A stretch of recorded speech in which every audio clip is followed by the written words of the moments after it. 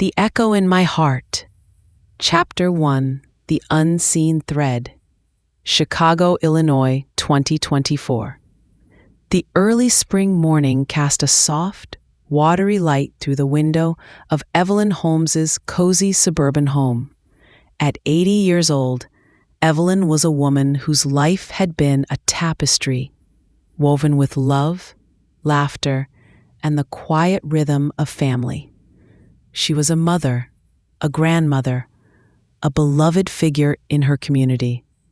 Yet, for decades, an unseen thread of disquiet had run through the fabric of her existence, a persistent, inexplicable ache in her heart that whispered of something fundamentally, terribly amiss. This feeling had always been most pronounced when she looked at her son, David. David, her firstborn, the kindest, most gentle soul, now a loving husband and father himself. Evelyn loved him fiercely, unequivocally. He was her son, in every meaningful sense of the word. But there was always a subtle dissonance, a faint, lingering question mark in the deepest corners of her maternal intuition. David was fair-haired and blue-eyed, with a calm, methodical nature. Evelyn and her younger daughter Sarah were both dark-haired, with a quick wit and an impulsive spirit. They shared a certain emotional vibrancy, a way of seeing the world that David, for all his goodness, simply didn't possess. It wasn't just physical appearance.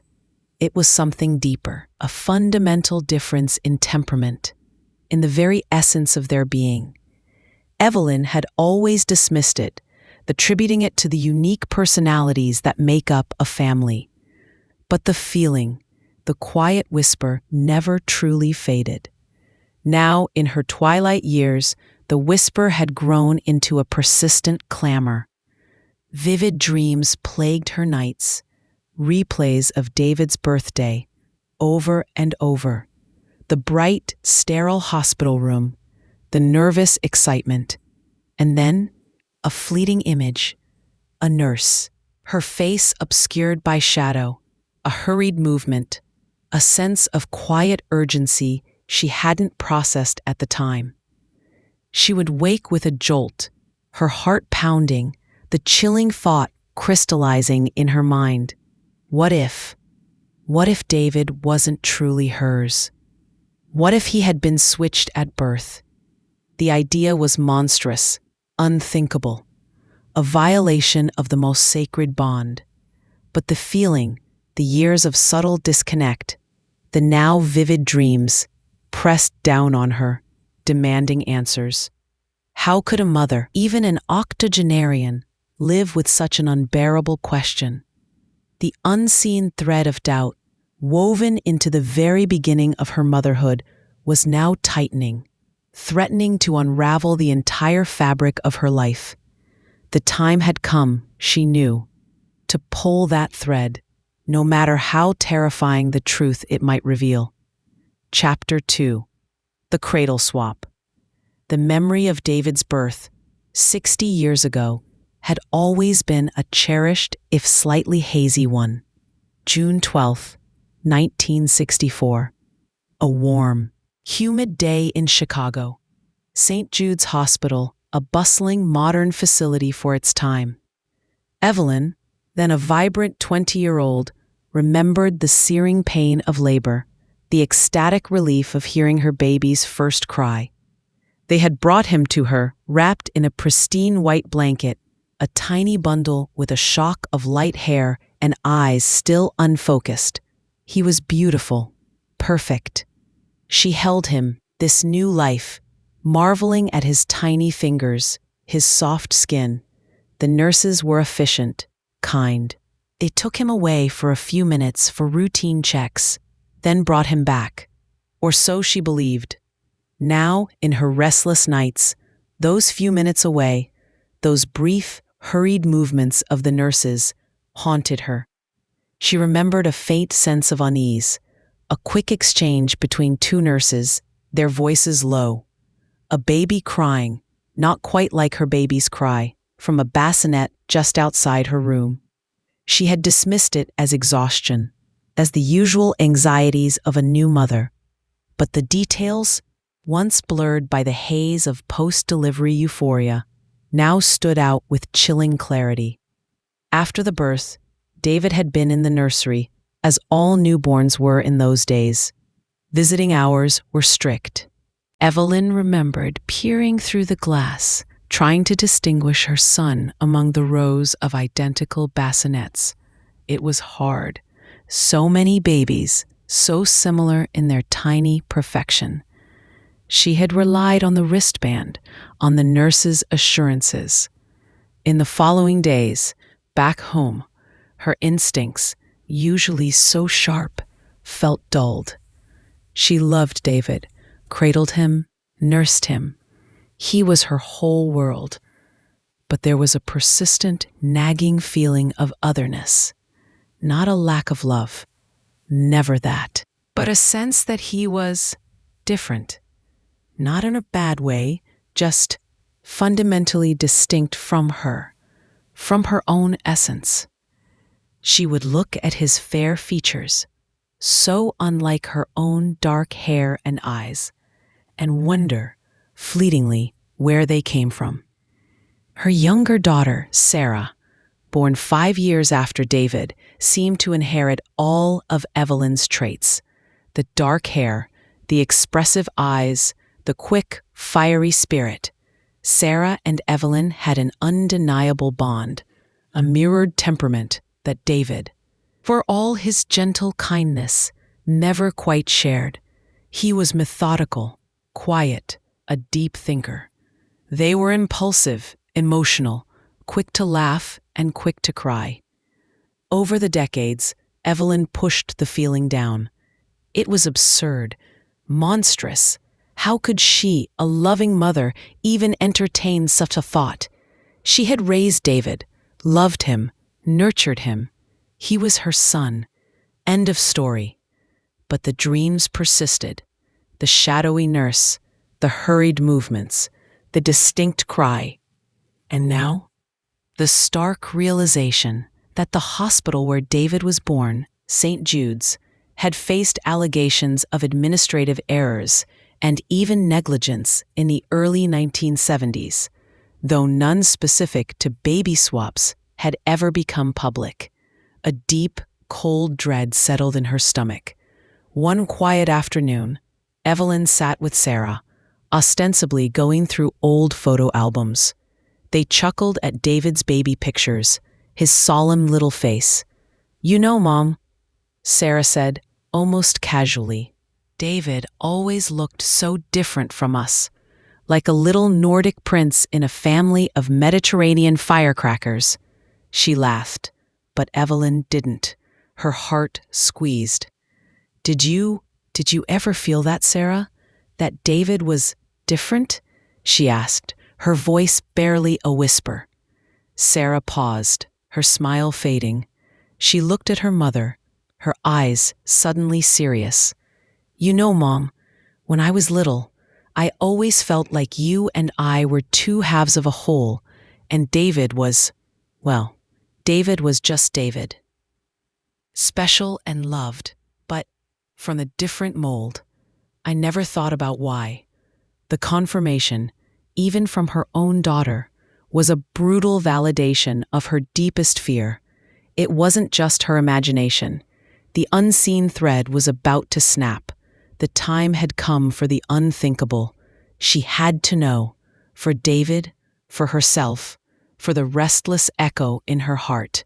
She had to take the DNA test. The cradle swap, once a terrifying secret in the shadows of her mind, was about to be dragged into the harsh light of undeniable truth. Chapter 3: The Shattering Truth. The decision to undergo a DNA test was agonizing. It felt like a betrayal, a profound disloyalty to the son she had loved and nurtured for 60 years. How could she, his mother, question the very essence of their bond? The thought made her physically ill, but the haunting whispers, the unsettling dreams, the confirmation from Sarah, they left her no choice. The truth, however painful, had become a desperate necessity. She chose an at-home DNA kit, ordered discreetly online. The process was simple: a swab of her own cheek, and then, with a trembling hand, a swab of David's. She told him it was for a genealogical project, a way to trace their family roots. David, ever gentle and trusting, complied without question, even showing a mild interest in his potential distant ancestors. The lie felt like a lead weight in her stomach. The agonizing wait for the results lasted nearly 2 weeks. Each passing day was a torment, her mind a battlefield of hope and dread. What if she was wrong? What if it was just an old woman's irrational fear? The thought of the shame, the guilt of having doubted her own son, was almost as unbearable as the thought of being right. Then the email arrived. The subject line, stark and impersonal. DNA test results, Evelyn Holmes. Her hand shook as she clicked it open. The words swam before her eyes, blurring into an incomprehensible jumble. She took a deep, shuddering breath, steadied herself, and forced herself to read. The first line confirmed what she had always known. Evelyn Holmes is the biological mother of Sarah Holmes. A small, insignificant detail now. Her eyes scanned down, searching for the truth about David. And there it was, bold, unequivocal, and devastating. Evelyn Holmes is not the biological mother of David Holmes. The world tilted. The air left her lungs. A silent, primal scream tore through her. Not her son, the child she had loved, raised, worried over, celebrated, comforted, disciplined, nurtured for 60 years. Was not her biological child. The unseen thread didn't just snap, it disintegrated, leaving a gaping, burning void. Grief, raw and immediate, overwhelmed her. Grief for the lost connection, for the 60 years she had lived under a profound deception. Grief for the baby she had given birth to, the one she had never met, the one who was out there, somewhere, living a life she knew nothing about. And grief for David, her beloved David, whose very identity was now irrevocably altered by this shattering truth. She didn't know how long she sat there, the computer screen a blur through her tears. When she finally composed herself, her first instinct was to call Sarah. Sarah, who had felt it too, who would understand the profound horror of this revelation. Sarah arrived quickly, her face pale with concern. Evelyn handed her the printout. Sarah read it, her eyes widening, her hand flying to her mouth. "Oh, Mom," she whispered, tears springing to her own eyes. "Oh my God, it's true." The hardest conversation, she knew, lay ahead. Telling David. How do you tell a 60-year-old man, a man you raised as your own, that he is not biologically yours? That his entire life, his very sense of self, has been built on a decades-long lie, not of your making, but one that has been discovered only now. She called David and asked him to come over, assuring him it wasn't an emergency, but stressing the importance. When he arrived, his kind eyes filled with concern, Evelyn's voice trembled as she explained. She handed him the DNA report. David read it, slowly, his brow furrowed in confusion, then disbelief, then a profound sadness settled over his features. His fair face, usually so calm, was etched with a pain Evelyn had never seen. Not your son?" he whispered, his voice hoarse, disbelieving. "But Mom, you're my mother. You always have been." His words, simple and direct, pierced through the chaos of Evelyn's own grief. He was her son. He was. Biology or not, 60 years of love, of shared life, of an unbreakable bond defined their relationship. The shattering truth of the DNA test was merely a scientific fact. The truth of their bond, the truth of their love, was immutable. But the question remained: if David was not her biological son, then who was? And where was her own flesh and blood, the baby she had given birth to? The child that had been swapped in the cold, sterile confines of St. Jude's Hospital 60 years ago. The shattering truth had opened a new, terrifying, and utterly necessary chapter: the search for her stolen child. Chapter 4: Echoes of Other Lives. The revelation of the cradle swap, though shattering, ignited a new purpose in Evelyn. Her grief was still raw, a constant ache, but it was now coupled with a fierce, unwavering determination.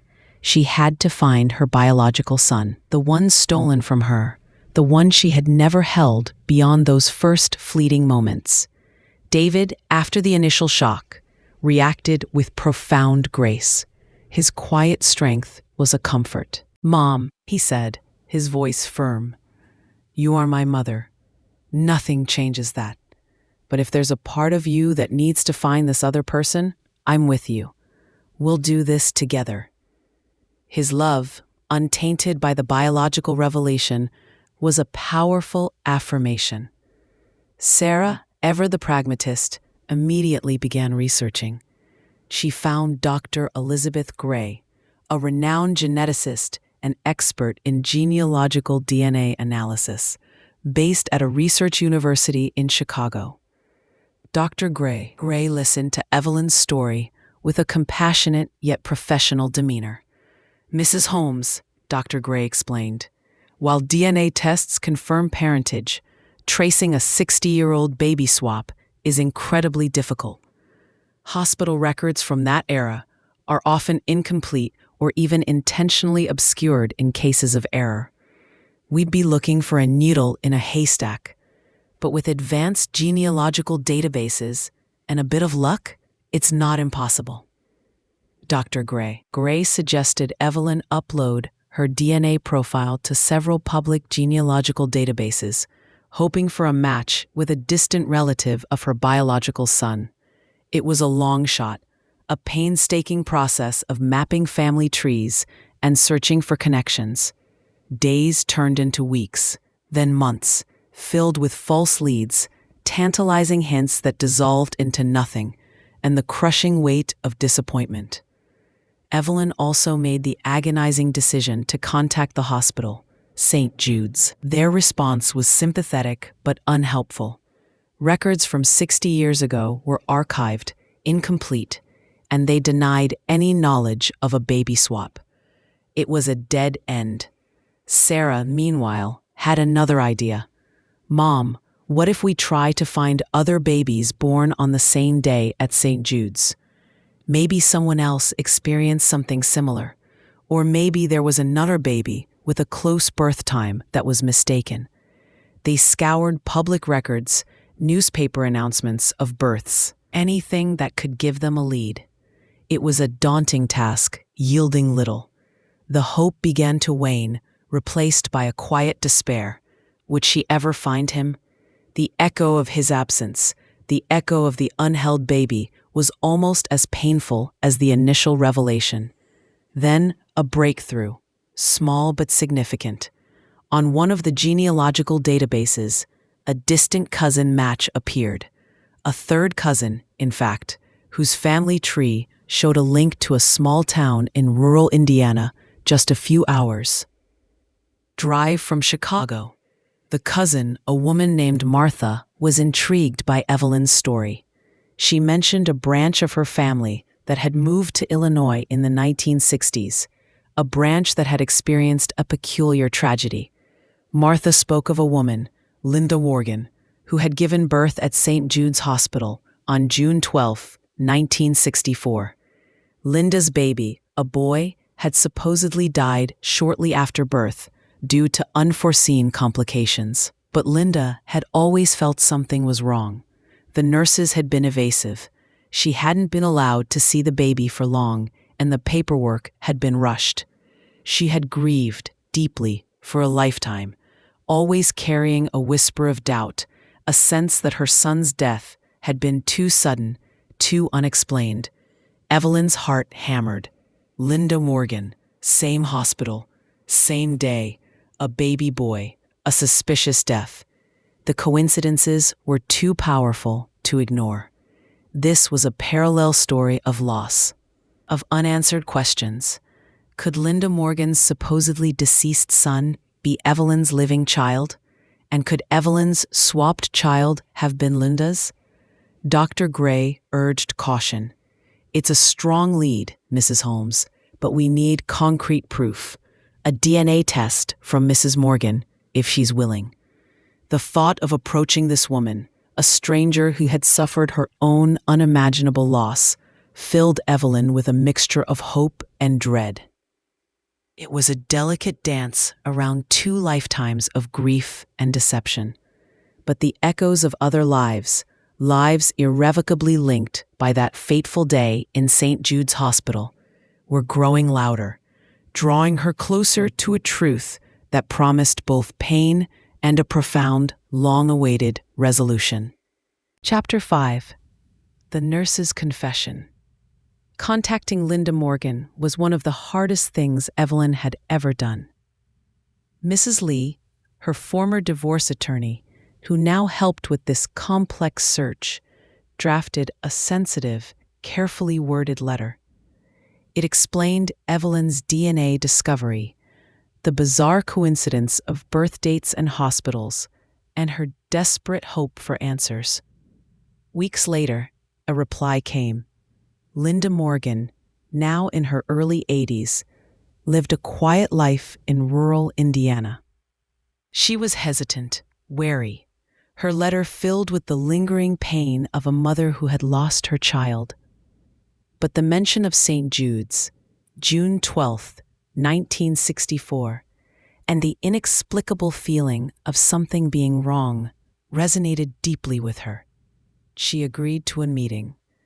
The meeting took place in a small, neutral cafe in a town halfway between them. Linda was frail, her eyes shadowed with a lifetime of sorrow. Evelyn explained everything, showing her the DNA results, recounting her own long-held unease. Linda listened, her face a mask of profound disbelief. Then a fragile hope flickered in her eyes. "My baby, he didn't die," she whispered, her voice raw. "They told me he was stillborn, but I never saw him. Not properly. They rushed me, said it was for my own good." Linda agreed to a DNA test. The results, when they came, were another shattering truth. Linda Morgan was not the biological mother of David Holmes, and agonizingly, they didn't have enough data to confirm if Evelyn was the biological mother of Linda's supposedly deceased son. The direct swap wasn't proven. The mystery deepened. Frustration mounted. David, Sarah, and Evelyn felt they were circling the truth but couldn't grasp it. Dr. Gray suggested a more direct approach, finding former staff from St. Jude's Hospital who worked in the maternity ward in 1964. It was a long shot, but Evelyn was desperate. They hired a retired private detective, Robert Woods, known for his persistence and his knack for cold cases. Detective Woods, a man with a weathered face and kind eyes, took on the case with quiet determination. He started by tracking down former nurses and administrative staff from St. Jude's who might still be alive. Weeks of dead ends, polite refusals, and memories faded by time passed. Then a break. Detective Woods found Annabelle Peterson, a retired nurse. Now in her late 80s, living in a nursing home in the suburbs of Phoenix, Arizona. Anne, as she preferred to be called, had worked in the maternity ward at St. Jude's in 1964. She was frail, her memory sometimes hazy, but there was a flicker of something in her eyes when Detective Woods mentioned June 12, 1964. He flew Evelyn and Sarah to Phoenix. They sat in Anne's small, sunlit room, the air thick with anticipation. Anne, prompted by Woods's gentle questions, spoke of the chaos of the maternity ward in the mid-60s, the understaffing, the long shifts. She spoke of a particular day, June 12, 1964, as being unusually busy, with a sudden influx of births. Then, her eyes unfocused, she began to recount a memory she had tried to bury for decades. "There was a mix-up," she whispered, her voice reedy. "Two babies, boys, born very close together. One a Mrs. Holmes, healthy as could be. The other, a very fragile baby, Mrs. Morgan's, born prematurely. They were rushing them, you see, moving them to the specialized nursery." Anne paused, her brow furrowed in concentration. "I was tired, so tired. I had both charts, and I mixed up the wristbands, just for a moment. But then the alarms went off for Mrs. Morgan's baby. He was so weak, and he passed, right there in the nursery, with the wrong wristband on." Evelyn gasped, a hand flying to her mouth. "The wrong wristband." Anne continued, her voice gaining a desperate clarity. "The head nurse, Mrs. Jenkins, she was terrified of a scandal. A baby dying with the wrong wristband, a healthy baby potentially sent to the wrong mother. It would have ruined the hospital. So she covered it up. She told Mrs. Morgan her baby was stillborn, and she told me to put the correct wristband back on Mrs. Holmes's baby. But it was already too late. The healthy baby, Mrs. Holmes's, was already tagged as Mrs. Morgan's deceased child." Evelyn closed her eyes, tears streaming down her face. The truth, finally. Her biological son, her own flesh and blood, had been mistakenly declared dead. And the healthy baby they had given her, the baby she had loved for 60 years, was Linda Morgan's son. It wasn't a swap. It was a tragic, horrifying error, covered up by a desperate hospital administration. So Mrs. Holmes's baby, he was the one that was declared dead? Sarah whispered, her voice strained. Anne nodded, tears now streaming down her own withered cheeks. "Yes, the healthy one. Your mother's baby. They buried him as Mrs. Morgan's son." The confession hung in the air, a devastating weight. It wasn't a swap in the traditional sense. It was a declaration of death for a living child, a misidentification of two precious lives, and a conspiracy of silence that had lasted 6 decades. Evelyn's son was not just swapped. He was stolen by bureaucracy, declared dead, and buried under a false name, while another mother grieved for a child that wasn't hers. The path to her biological son just became infinitely more complicated. Chapter 6, The Ghost of a Child, the nurse's confession, raw and agonizing, laid bare a 60-year-old horror. It wasn't a simple swap, but a monstrous error, compounded by a desperate cover-up. Evelyn's biological son, her own flesh and blood, had been mistakenly identified as Linda Morgan's fragile, premature infant and declared dead. He was buried under the name Morgan, while Linda grieved for a child she believed was hers, a child who had actually been Evelyn's all along. And the healthy baby Evelyn had carried home, David, was Linda's child. The truth was a labyrinth of pain and injustice. The immediate aftermath was a blur of police reports, legal consultations, and a profound sense of violation. Detective Woods, horrified by Anne's confession, launched a full investigation aiming to expose the long-buried scandal at St. Jude's Hospital. The media, alerted to the story, descended, turning Evelyn's private agony into a public spectacle. But Evelyn's focus remained singular, finding her biological son. If her son was declared dead, and buried. Was there any hope? Dr. Gray, the geneticist, suggested a heartbreaking yet necessary step: exhumation. If the grave held a baby with Evelyn's DNA, then her son was truly gone. But if it held Linda's DNA, it meant Evelyn's son had lived and was simply misidentified and perhaps given to a different family entirely.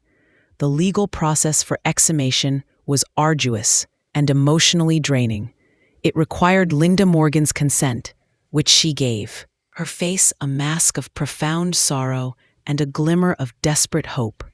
The exhumation itself was a somber, surreal event. The small coffin, the tiny bones. Dr. Gray's team worked meticulously, taking samples. The wait for the DNA results felt endless, each hour a torment. Then the call from Dr. Gray. Her voice, usually so calm, was filled with a tremor of emotion. "Mrs. Holmes," she said, "the DNA from the remains, it matches Linda Morgan. It's her child." A sob of relief, mingled with profound grief, tore from Evelyn's throat. Linda's child had found his true identity, even in death. And Evelyn's son, her son had lived. He had been sent home with someone. The ghost of a child declared dead was now a living, breathing possibility. The next phase of the search was even more daunting. How do you find a baby, presumed dead, who was given to an unknown family 60 years ago? The hospital's records were deliberately falsified to cover up the original error. Detective Woods, however, had a lead.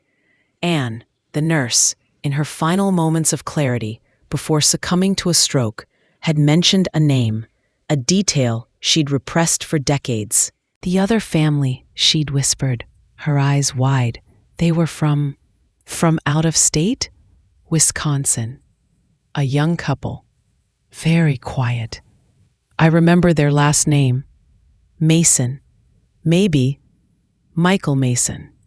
She trailed off, her memory fading. It was a thread, thin but tangible. Detective Woods began to trace every Michael Mason, born around June 1964 in Wisconsin.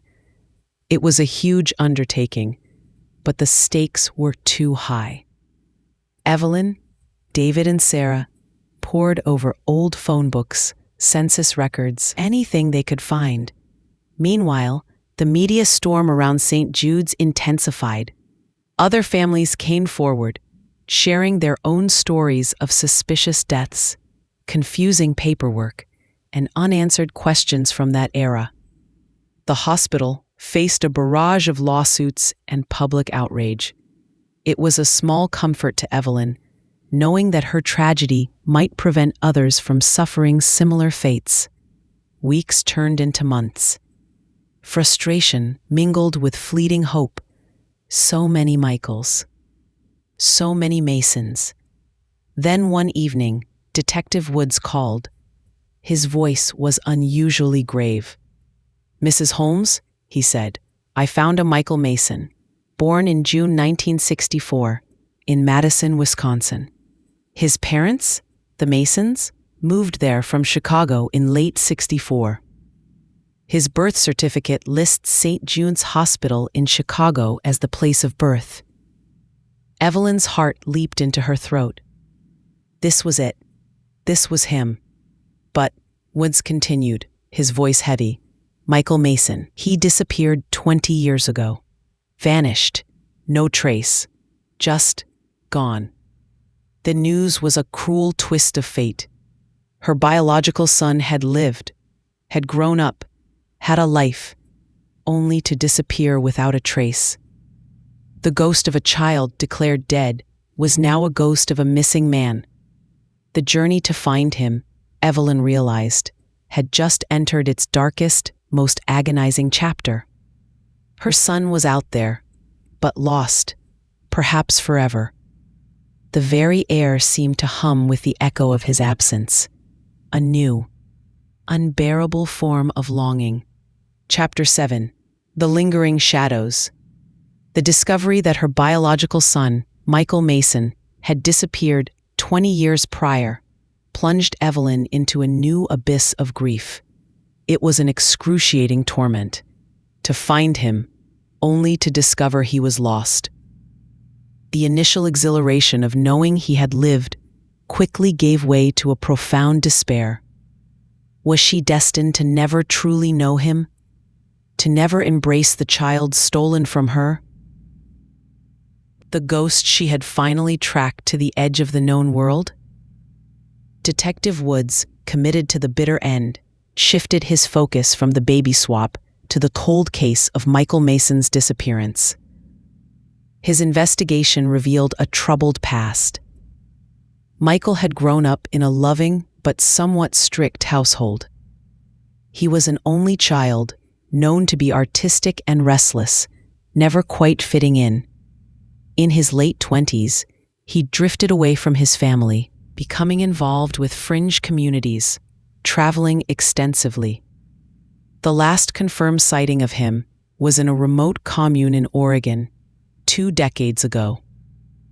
Evelyn read every scrap of information Woods uncovered, piecing together a mosaic of the life she had missed. Michael was a free spirit, drawn to unconventional lifestyles, a stark contrast to David's grounded, traditional existence. She felt a profound connection to this stranger, a powerful surge of maternal love for the son she had never raised. David, ever her rock, stood by her through this new heartache. "Mom," he'd said, his voice gentle, "we'll keep looking. We won't give up. He's out there somewhere." His unwavering support was a balm to her shattered heart. Evelyn also reached out to Linda Morgan. Linda, devastated by the news that her son had died and was buried under Evelyn's child's name, and that her biological child had lived and then disappeared, was overwhelmed. They found solace in their shared tragedy. 2 mothers irrevocably linked by a hospital's monstrous deceit. They mourned their lost children together, sharing stories of the lives they might have had. The media continued its relentless coverage. St. Jude's Hospital, reeling from the scandal, lost its accreditation and eventually closed down. Several former staff members faced charges, though the head nurse, Mrs. Jenkins, had passed away years earlier, taking her full knowledge of the cover-up with her. It was a hollow victory for Evelyn, who cared less about justice for the hospital than about finding her son. Days turned into weeks, then months, then a year. The trail for Michael Mason went cold. Detective Woods exhausted every lead. Michael had seemingly vanished without a trace, a phantom in the annals of missing persons. Evelyn visited the commune in Oregon, speaking to old residents, finding only vague memories of a quiet, artistic young man who had simply moved on. The lingering shadows of his absence began to settle over Evelyn. Would her search ever end? Would she ever truly find peace? She had solved the mystery of David's birth, found the truth about Linda's baby, but her own biological son remained elusive, a ghost in the vastness of the world. She started spending more time with David and Sarah, cherishing their presence. David, with his calm demeanor, his loving nature, was her son. He was the one who had filled her life with joy and purpose for 6 decades. The biological truth didn't diminish that love, but it did create a profound awareness of the complex tapestry of family. One quiet afternoon, almost 2 years after the initial DNA revelation, Evelyn was sitting in her garden, watching David play with his own children, her grandchildren. Their laughter filled the air. She felt a wave of profound love for them, for this family she had built, nurtured, and held together. Then her phone rang. It was Detective Woods. His voice, for the first time in years, held a note of restrained excitement. "Mrs. Holmes," he said, "I have a new lead. A sketch artist in Portland, Oregon, posted a composite sketch online, trying to identify a Jane Doe from a long-ago cold case. The artist mentioned a peculiar habit of the deceased, always sketching sunflowers." Evelyn froze. Sunflowers, her favorite flower. The only thing she remembered about her biological mother, who died when Evelyn was very young, was a patch of sunflowers in their backyard. She had sketched them constantly as a child. It was a detail she hadn't shared with anyone outside her immediate family. Michael, her artistic son, might have inherited that simple yet profound affinity. "Can you send me the sketch?" she whispered, her heart hammering against her ribs. This was it. The lingering shadows, perhaps, were finally about to give way to a flicker of light. The long, agonizing search for her son, the ghost of a child and then a missing man, was about to enter its final, most emotional chapter. Chapter 8. Threads of Reunion. The composite sketch arrived, an email attachment that held the weight of 60 years of longing. Evelyn's hands trembled as she opened it. The face that stared back at her was gaunt, aged by time and hardship, but in the eyes, in the delicate curve of the lips, she saw it, a faint echo of her own features, a distant reflection of her late father. And beneath the sketch, the details. Jane Doe, found deceased in a remote wooded area outside Portland, Oregon, approximately 18 years ago. Cause of death unknown, likely exposure. Unidentified male, believed to be in his late 20s, early 30s at time of death. The sunflower detail, crucial and heartbreaking, was listed under distinguishing characteristics. Tears streamed down Evelyn's face, a torrent of grief and profound, agonizing understanding. Michael, her son. He had lived, he had suffered, and he had died alone, without ever knowing his true identity, without ever knowing his birth mother had been searching for him relentlessly. The ghost she had pursued for so long had finally been found, not alive, but in the quiet stillness of eternal rest. The news was devastating, yet also brought a strange, bitter form of closure. Evelyn had found him. He was gone, but she knew where. She knew who. Detective Woods confirmed it with DNA testing of the remains, a painstaking process that took months. The results were undeniable. Evelyn Holmes was the biological mother of Michael Mason. Her son, the one stolen from her arms, had finally come home, though only in spirit. The meeting with Linda Morgan, after this final tragic revelation, was filled with a shared, profound sorrow. They had both lost sons. Linda, her biological child at birth due to a medical error. Evelyn, her biological child to a lifetime of misidentification and a lonely death. They shared their grief, finding a unique solace in their intertwined tragedies. They mourned Michael, the son Evelyn never knew, and Linda mourned the baby she had believed was hers.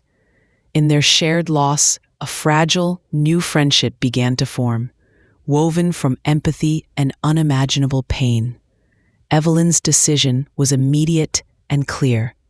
Michael, her son, deserved a proper burial, a proper resting place, under his true name.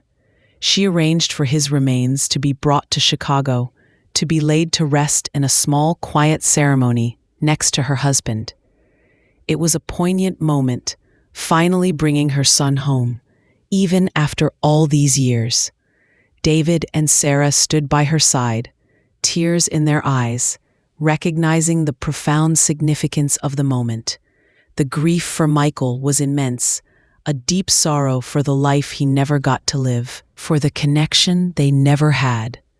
But with it came a profound peace, a sense of rightness. The incessant whisper in her heart, the nagging feeling that something was amiss, finally stilled. The decades of unspoken longing, the void that had always lingered, were at last filled with the truth. She had found her son, and in finding him, even in death, she had found a missing piece of herself. The focus shifted.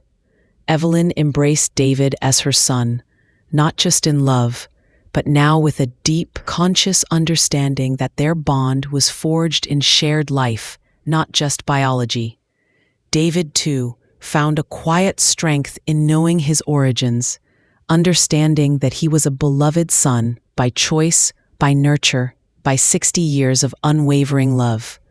The biological truth, once a threat, became a unique foundation for their relationship, celebrating the extraordinary circumstances that had brought them together. Linda Morgan and Evelyn remained in touch.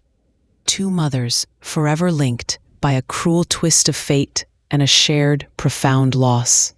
They found comfort in their connection, understanding each other's unique grief in a way no one else could.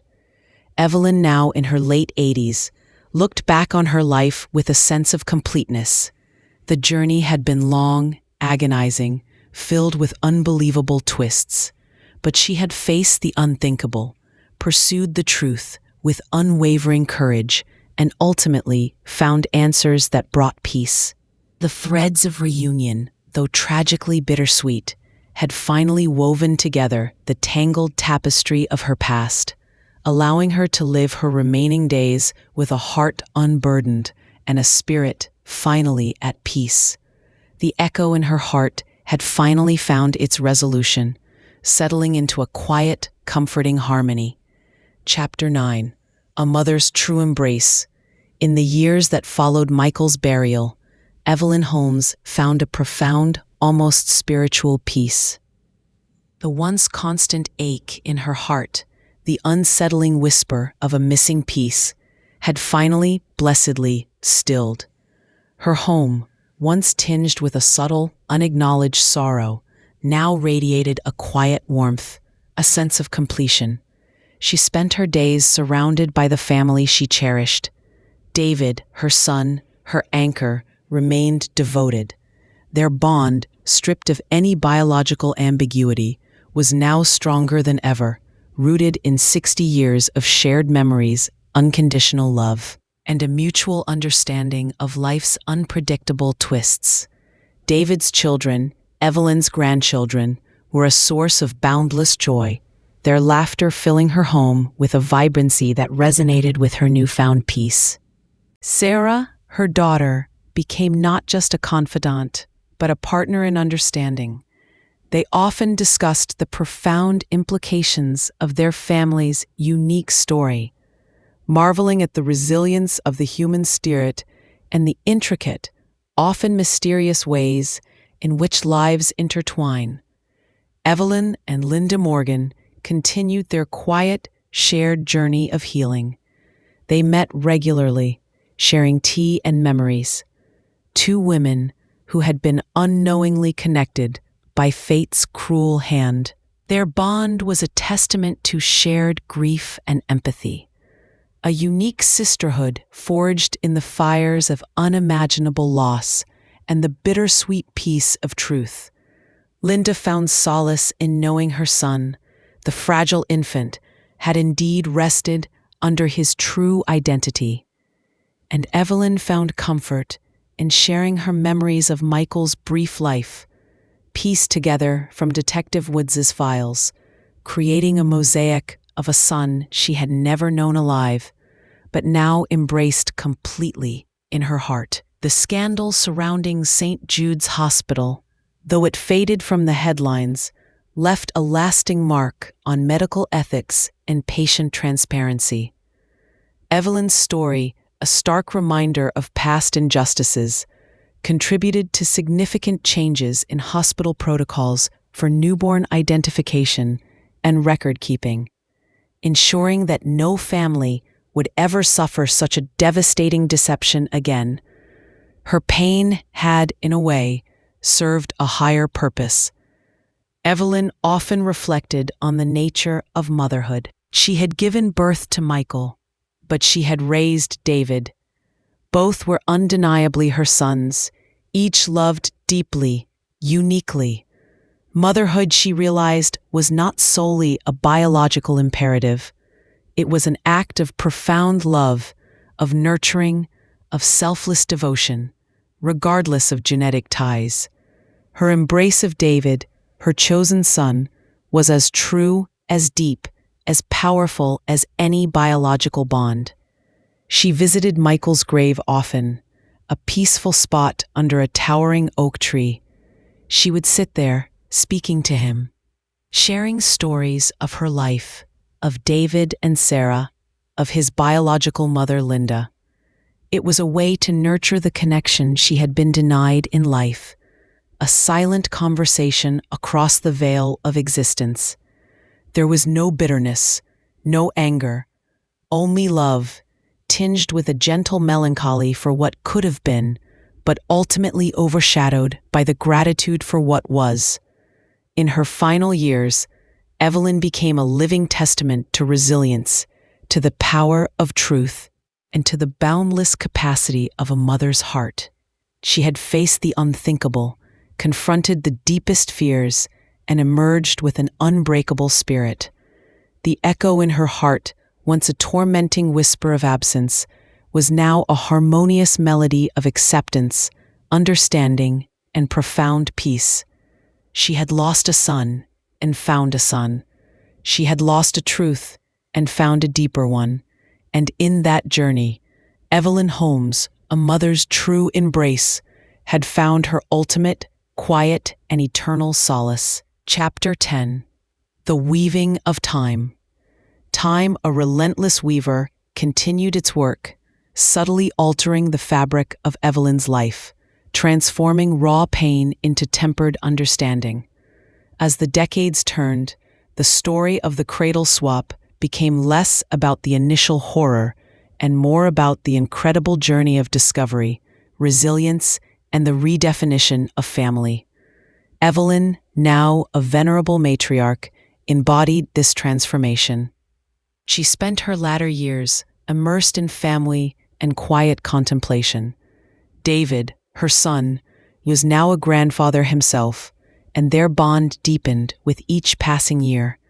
He often reflected on his own identity, understanding that the discovery of his biological origins had, paradoxically, solidified his place as Evelyn's son.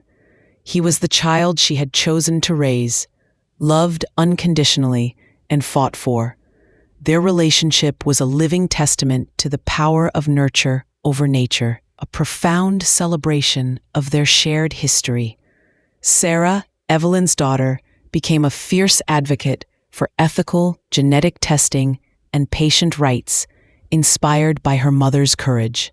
She worked to ensure that such a devastating oversight and cover-up could never happen again, turning family tragedy into a force for positive change. The friendship between Evelyn and Linda Morgan blossomed into a deep and unique sisterhood. They shared holidays, celebrated grandchildren, and remained each other's most profound confidants regarding their intertwined losses. They found healing in each other's company, their shared pain transmuted into a bond of empathy and understanding. They often visited Michael's grave together, a silent tribute to the lives lost and found, and to the enduring power of a mother's love. Evelyn's life became a quiet legacy. She no longer felt the need to recount her story widely, but if asked, she spoke with a calm authority, sharing the wisdom gained from profound suffering. She emphasized the importance of confronting uncomfortable truths, of the courage it takes to seek answers, and of the limitless capacity for the human heart to heal and adapt. The memory of Michael, her biological son, was no longer a haunting phantom. He was a part of her story, a beloved son whose brief life and tragic death had ultimately led her to a deeper understanding of herself and the bonds of family. She carried him in her heart, a quiet, cherished presence, a thread in the rich tapestry of her life. Evelyn found joy in the simple rhythms of daily life, gardening, reading, watching the seasons change. Her mind, sharp and clear, often drifted to the intricate weaving of time and fate. How a single, tragic mistake decades ago could unravel a lifetime, only to reweave it into something more profound, more beautiful, and infinitely more meaningful. She understood now that the echo in her heart, the lifelong feeling that something was amiss, wasn't a curse, but a compass. It had guided her, gently but persistently, towards the truth, towards a resolution that brought not just answers, but an unparalleled peace. It had forced her to confront the uncomfortable, to challenge the known, and to ultimately embrace a definition of motherhood and family that transcended biology, reaching into the very depths of the soul.